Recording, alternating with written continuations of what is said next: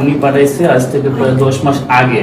তো এইটা থাকতে থাকতে না এরকমই হয়ে গেছে। আমাদের টিমের পক্ষ থেকে লন্ডন প্রবাসী একজন আপু আর কি, উনি পাঠাইছে আজ থেকে প্রায় 10 মাস আগে। তো এইটা থাকতে থাকতে না এরকমই হয়ে গেছে। আচ্ছা, থ্যাংক ইউ রেবেকা আপু, একটা আমাকে হেল্প করা অনেক ভারী।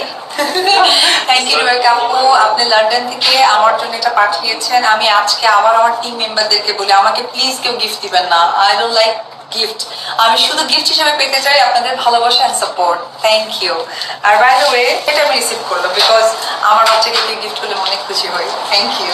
এবার লন্ডন থেকে গিফট পাঠালো অপু বিশ্বাসের জন্য লন্ডনের ভক্তরা। অপু বিশ্বাস সব জায়গাতেই যেন ঘরের মেয়ে। কিছুদিন আগে লন্ডন গেছিল নায়িকা, সেখানেও নিচে গিয়ে মানুষের মন জয় করে এসেছে তিনি। লন্ডন থেকে গিফট এলো অপু বিশ্বাস ও জয়ের জন্য। 10 মাস আগে গিফট কিনে রেখেছে তার এক ভক্ত। সেই গিফটটি ডেলিভারিতে এসেছে বাংলাদেশে। গিফট পেয়ে অপু বিশ্বাস যেমন খুশি হয়েছে তেমন জানিয়েছে ছোট্ট একটি বার্তা। জানিয়েছে গিফটের থেকে বেশি খুশি হয় সে দর্শকদের ভালোবাসা পেতে।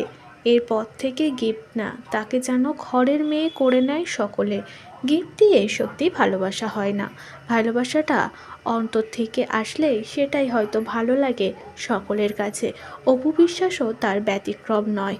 নায়িকার এমন সুন্দর কথাতে সত্যি সকলেই তাকে ভালোবাসে। নায়িকার এতদিনের পরিশ্রম যে সকলের মতো ছড়িয়ে দিতে পেরেছে, এটাই অপু ভক্তদের জন্য অনেক বেশি সুখবরের। বাংলাদেশ ছেড়ে এবার লন্ডনেও রাজ করছেন তিনি।